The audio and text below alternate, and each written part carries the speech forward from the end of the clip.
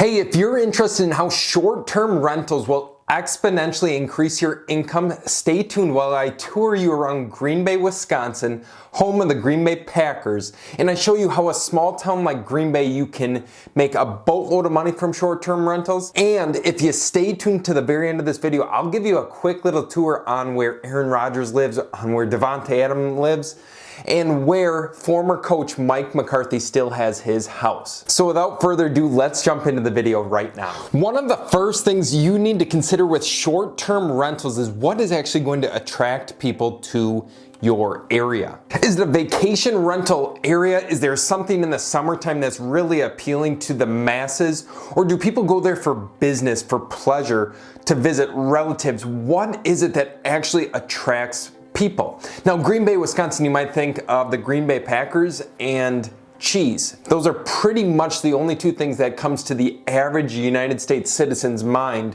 when they think of Green Bay, Wisconsin.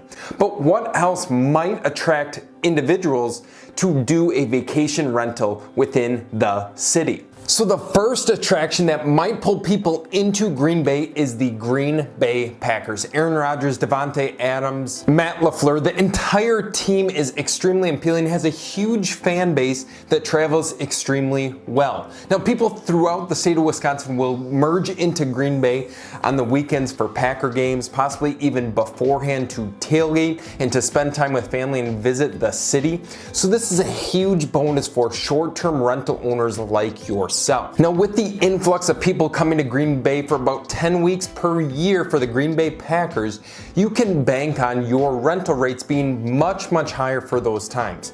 Instead of on average maybe $130 or $140 per night, you bump that up to $300 or $350 per night, especially if it's close to the stadium. And next to Lambeau Field, which is again the Green Bay Packers Stadium, is the Resch Center. The Resch Center is a huge venue that a ton of different artists come in, a ton of different events go on, and it is another huge attraction that typically happens on weekends or the end of the weekdays. And in addition to both of those things, you also have the Green Bay Airport. You have the Oneida Casino, which is just a couple minutes away from the airport.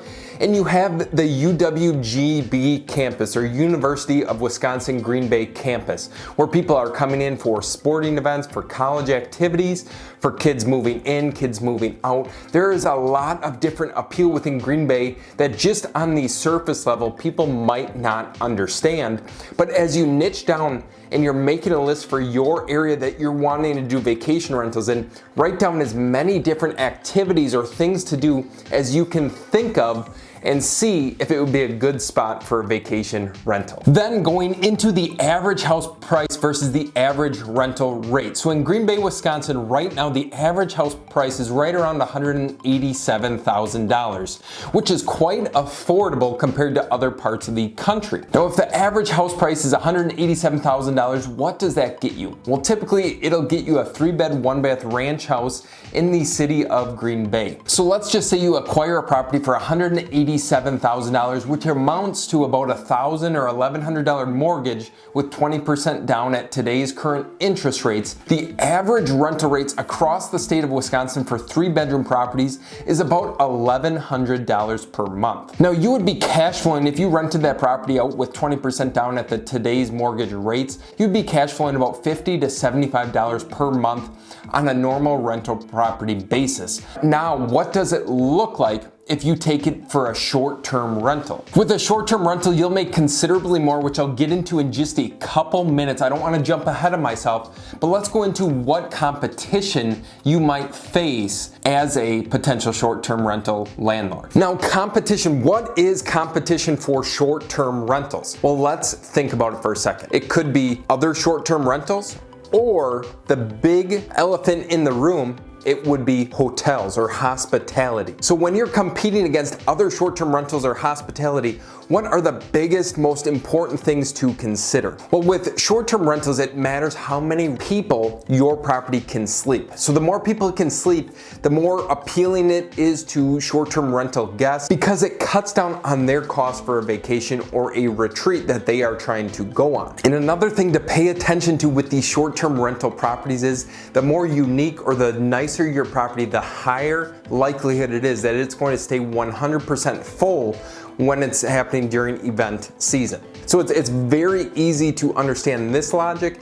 And again, figure these things out in your marketplace. Do some research on the other hotels or other short-term rentals and see where the metrics might fall. So if you stay 60 to 70% full with your short-term rental, you will probably make in excess of $2,000 to $3,000 gross per month, netting about $2,000 to $2,500, which is much better than the traditional single-family rental that we had mentioned just before in this video. And the next thing we need to get into is finding these off-market opportunities. Now, Green Bay being a Midwestern town, there's dozens and dozens of off-market opportunities to acquire properties at a deep discount.